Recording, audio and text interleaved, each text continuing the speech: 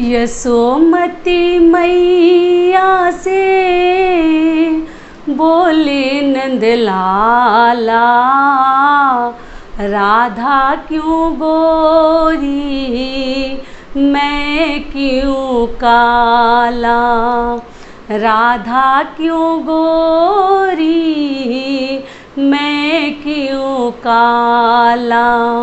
बोली मुस्काती मैया ललन को बताया, बोली मुस्काती मैया ललन को बताया।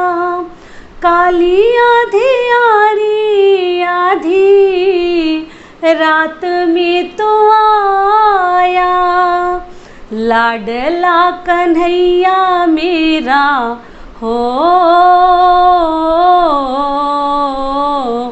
लाडला कन्हैया मेरा काली कमली वाला, इसीलिए काला।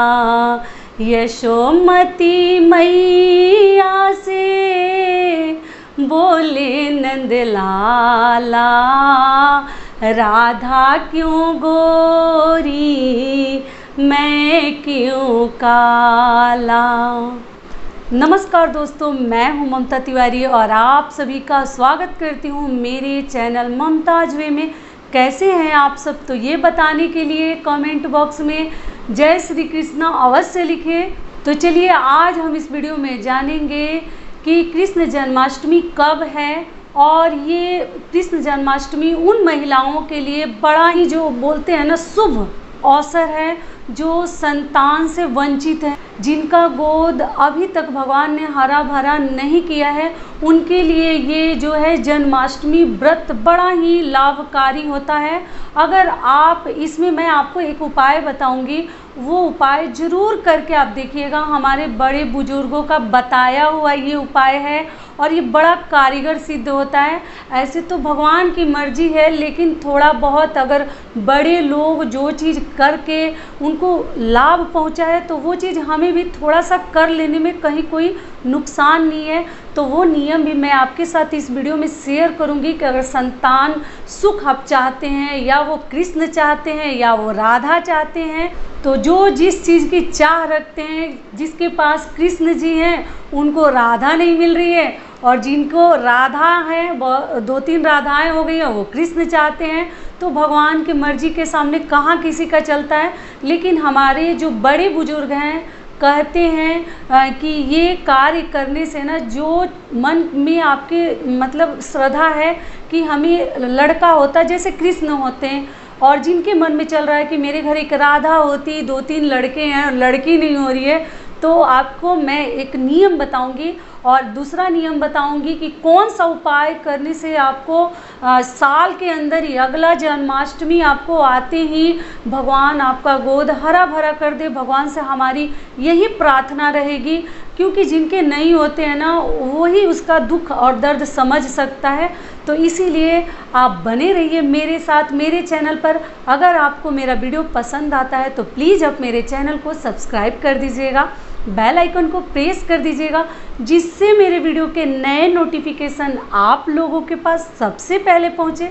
तो चलिए शुरू करते हैं कि वो 2 नियम क्या हैं संतान सुख प्राप्ति के लिए। तो सबसे पहला नियम है वो मैं बता देती हूँ।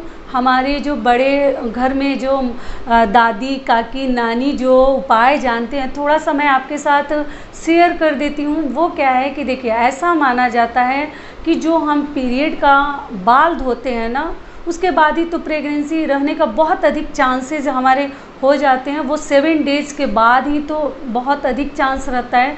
तो ऐसा माना जाता है, देखिए 2 पक्ष होते हैं। पहला होता है शुक्ल पक्ष और कृष्ण पक्ष। इन्हीं 2 पक्षों के आधार पे हमारा जो महीना है, व्रत त्यौहार है, वो सब चलते रहते हैं। तो चलिए सबसे पहला नियम क्या है थोड़ा सा मैं शेयर कर देती हूँ, जो हमारे बड़े बुजुर्गों का कहनाम है और वो मानते भी हैं, और कई लोगों को ऐसा माना जाता है कि ये नियम जो है सक्सेस भी हुए हैं, वो नियम सच में कारगर सिद्ध हुआ है। तो वो नियम क्या है, तो इसीलिए जो हम पीरियड वाले बाल धोते हैं, अगर आपका पीरियड कृष्ण पक्ष में आया है या आपका पीरियड शुक्ल पक्ष में आया है, तो ऐसा माना जाता है कि अगर शुक्ल पक्ष में हम अपना पीरियड वाला बाल अगर धोते हैं और किसी का, जैसे बाल धोने के बाद अगर किसी की भी प्रतिमा आप सबसे पहले देखते हैं ना, तो एक तो बच्चा भी उसी के जैसा होता है, इसलिए बाल धोकर जल्दी से मतलब इधर उधर हमें नज़र नहीं दौड़ानी चाहिए। या तो अपना फेस देख लीजिए दर्पण में, या घर के किसी और सदस्य के, या भगवान जी का जो हमारे घर में फ़ोटो वगैरह रहता है उनका फेस देख लिया जाता है। तो अगर आप जो शुक्ल पक्ष उसमें अगर आप बाल धोते हैं और उसके बाद आपकी प्रेगनेंसी रुकती है, तो ऐसा माना जाता है कि अगर आपका पीरियड शुक्ल पक्ष में आया था तो आपके घर में कृष्ण जी आएंगे। हमारी दादी नानी काकी का कहनाम है कि जो भी आदमी शुक्ल पक्ष में अगर उसका पीरियड आता है और उसके बाद वो कंसीव करते हैं या प्रेगनेंसी रुकती है, तो उनके घर में लड़का होता है। मतलब कृष्ण भगवान आपके घर, भगवान करे कि साल के अंदर ही आ जाएं। और जो राधा की चाह रखते हैं, क्योंकि भगवान की मर्जी के सामने कहाँ किसी का चलता, जिसके पास कृष्ण हैं वो राधा की चाह रखते हैं, और जिनके पास 2 राधा हैं तो वो चाहते हैं कि हमारे घर एक कृष्ण भी हो जाते हैं। तो जो राधा चाहते हैं, ऐसा माना जाता है कि अगर आपका पीरियड जो है ये कृष्ण पक्ष में आया हुआ था और कृष्ण पक्ष के दौरान ही अगर आपकी प्रेगनेंसी कंसीव होती है, अगर आप प्रेग्नेंट हो जाती हैं, तो ऐसा माना जाता है कि कृष्ण पक्ष में कंसीव हुआ जो प्रेगनेंसी है वो राधा होती है, मतलब लड़की होती है। और जो शुक्ल पक्ष में हमारा जो प्रेगनेंसी रुकती है, कंसीव होता है, वो जो है वो कृष्ण मतलब लड़का होता है, उनका कहनाम है। तो जो जिस चीज़ की चाह रखते हैं, जिसको जो चाहिए, इसी प्रकार से आप कंसीव कीजिए। मेरी भी यही भगवान से प्रार्थना है कि जितनी बहनें मेरी हैं जिनका गोद अभी तक खाली है, उनको बच्चा नहीं हुआ है, उनको अगले जन्माष्टमी में ज़रूर उनका गोद भर जाए। तो इस प्रकार से आपको करनी है, कृष्ण पक्ष और शुक्ल पक्ष को ध्यान में रखते हुए अपने पीरियड के बाल धोने और उसके बाद आपको कंसीव करनी है। तो ये हो गया हमारा पहला नियम। दूसरा नियम क्या है कि कृष्ण जन्माष्टमी का अगर आप व्रत रखती हैं तो और भी अच्छा है, बहुत अच्छा है। देखिए ये व्रत ना मतलब 2 प्रकार से रखा जाता है। कई लोग हैं कि जैसे निर्जला भी रखते हैं, वो रात को 12 बजे के बाद ही पानी वगैरह पीते हैं प्रसाद ग्रहण करने के बाद। लेकिन बहुत सारे लोग हैं कि फलाहार, फल फ्रूट्स खाने के बाद ही मतलब जो ही अनाज वगैरह नहीं खाते हैं, लेकिन चाय, दूध, दही, फ्रूट्स, केला, सेव खाकर ही व्रत रखते हैं। तो उस प्रकार से भी आप व्रत रख सकती हैं। अगर आप बच्चे की चाह रखती हैं, संतान की, तो आपको ज़रूर कृष्ण जन्माष्टमी का व्रत रखनी चाहिए। ऐसा माना जाता है कि साल के अगर आप कोई भी व्रत ना करें और कृष्ण जन्माष्टमी का व्रत कर लेते हैं, तो सभी व्रतों का फल आपको मिल जाता है। तो बड़ा शुभ मौका है आप लोगों के लिए। तो आप क्या कीजिए कि जब आप व्रत रखी हैं, रात को जो पूजा होता है, क्योंकि निशीथ काल में पूजा किया जाता है कृष्ण जन्माष्टमी का, तो आप उसका प्रसाद सबसे पहले ग्रहण कीजिए। प्रसाद ग्रहण करने के बाद ही आप जो ही आपको खाना है, मतलब खाना चाहती हैं, भोजन वगैरह लेना चाहती हैं, फल फ्रूट्स खाना चाहती हैं, अगर निर्जला उपवास रखी हैं तो सबसे पहले आप अपने मुख में जो है आप प्रसाद ग्रहण कीजिए। उसके बाद ही और जो चीज़ें आप खाना चाहती हैं तो खाइए। और कृष्ण जी के पास से एक चीज़ आपको करनी है।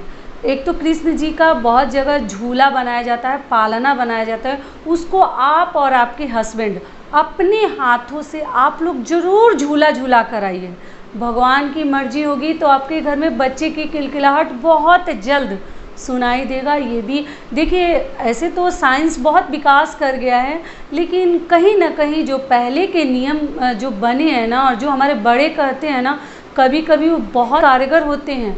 तो इसीलिए ना आपको ज़रूर थोड़ा सा करके देखनी चाहिए। करने में कहीं कोई नुकसान नहीं है, कहीं कोई आपका बहुत ज़्यादा खर्च तो नहीं लग रहा है, तो करने में क्या आ जा रहा है। तो इसलिए आप और आपके हस्बैंड वाइफ मतलब पति पत्नी दोनों मिलकर श्री कृष्ण भगवान का झूला आप उस दिन ज़रूर झूलाएं, उनके जन्म दिवस के दिन। तो इस प्रकार से आपको करनी है। और जो अगला नियम है, अगली बात क्या है कि आपको जो कृष्ण जी के पास फूल वगैरह लोग चढ़ाए रहते हैं, उसमें से आपको एक फूल जरूर संकल्प करके अपने मन में संकल्प कर लीजिए कि किस चीज़ की आप चाह रखती हैं। आपको राधा चाहिए या कृष्ण चाहिए, या आप सिर्फ संतान के लिए ही आप चाह रखती हैं कि कुछ भी भगवान दे दें। तो आप अपने मुट्ठी में एक फूल लेके संकल्प कर लीजिए कि हे भगवान, मेरा गोद जल्दी से हरा भरा कर दीजिए, अगला साल, अगला जन्माष्टमी आने से पहले ही मेरी गोद भर जाए। उस फूल को लाकर लाल कपड़े में बांधकर आप अपने जो गद्दे हैं, कुशन हैं, बेड के मतलब अंदर थोड़ा सा डालकर रख लीजिए। ऐसा माना जाता है कि भगवान के पास से लाया हुआ फूल ना किसी भी कार्य के लिए बड़ा शुभ होता है, किसी भी भगवान के पास से लाया हुआ फूल। और उस फूल को आप अपने गद्दे के नीचे ऐसे पड़े रहने दीजिए लाल कपड़े में बांधकर। साथ में उसमें 5 रुपए या 11 रुपए या और भी 21 रुपए भी बांधकर रख दिया जाता है। जो ही संकल्प हम लेते हैं ना, वो भगवान के पास हमारा एप्लीकेशन टाइप से ना वो चला जाता है। जैसे हमने भगवान के पास अपनी अर्जी लगा दी कि हे भगवान जी, मैं ये चीज़ चाहती हूँ, तो मेरा मनोकामना ज़रूर पूर्ण कीजिए। शादी के लिए भी ना, लड़कियों की शादी के लिए, जो कुंवारी लड़कियाँ हैं, ये नियम मैं बताई भी थी। वो फ्लावर जो है ना भगवान का लेकर अगर संकल्प करते हैं ना, आपकी मनोकामना बड़े जल्द से जल्द पूरी होती है। तो आप भी अपने संतान के लिए ऐसा कीजिए। तो आशा करती हूँ, उम्मीद करती हूँ इस वीडियो से आप लोग को थोड़ा सा लाभ मिलेगा और आपकी मनोकामना भगवान करे कि जल्द से जल्द पूरी हो। तो यहीं तक का था हमारा वीडियो। फिर मिलती हूँ एक नए वीडियो में। तब तक के लिए नमस्कार। स्वस्थ रहिए, सुरक्षित रहिए और हमेशा मुस्कुराते रहिए। लास्ट में बोलिए जय श्री कृष्ण।